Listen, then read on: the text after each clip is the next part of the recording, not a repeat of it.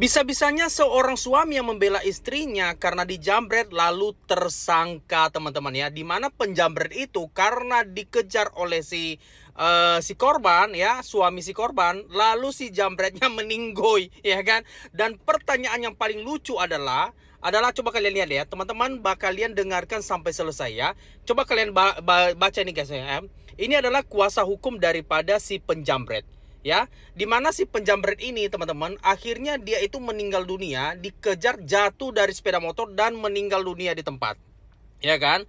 Nah, pertanyaannya adalah orangnya ini kan melakukan kejahatan pertama ya, lalu ketika dia dijambret, ketika dia penjambret ini melarikan diri, dan seorang yang korban atau suami korban ini mengejar, lalu si jambret ini jatuh dan meninggal dunia. Pertanyaannya adalah, ini kan orang melakukan kejahatan, ya kan? Lalu dia jatuh, ya kan?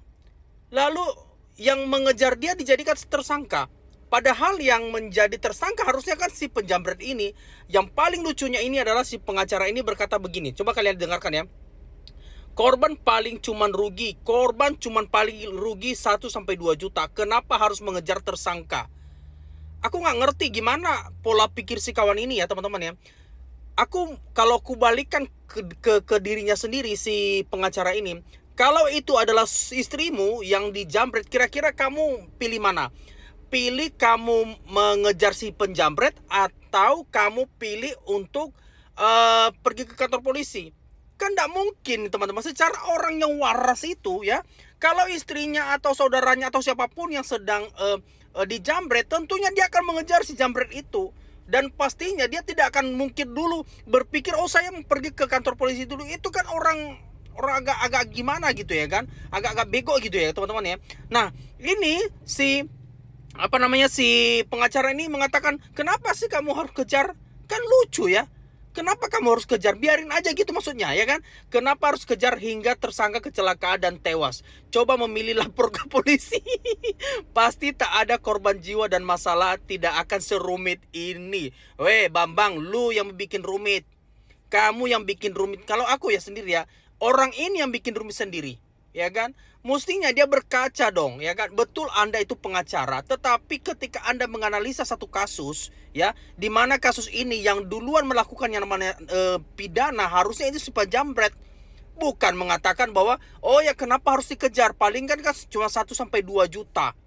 Aneh kan? Coba deh teman-teman yang ada di sini, coba deh pakai nalar pikiran kalian. Menurut kalian apakah udah cocok nggak apa yang disampaikan oleh si pengacara, si pelaku ini? Ya, dia tuh bukan korban ya, tetapi dia pelaku daripada kejahatan penjambretan.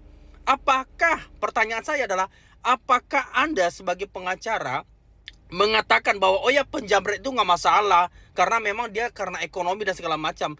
Apakah menurut Anda bahwa penjambret itu profesi, sekarang ini sudah ada profesi namanya penjambret? Ya kan? Coba deh pikirkan baik-baik Mas Bro, ya kan? Jangan hanya Anda karena, mohon maaf ya, Anda seorang pengacara lalu dengan seenak udelnya aja ngomong seperti ini, ya kan?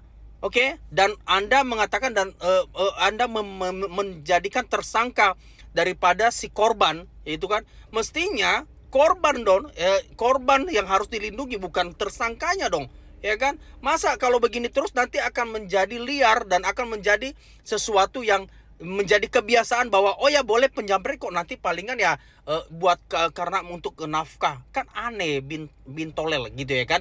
Oke, menurut teman-teman bagaimana? Coba komen di kolom komentar ya. Apakah kalian sependapat gak dengan orang ini?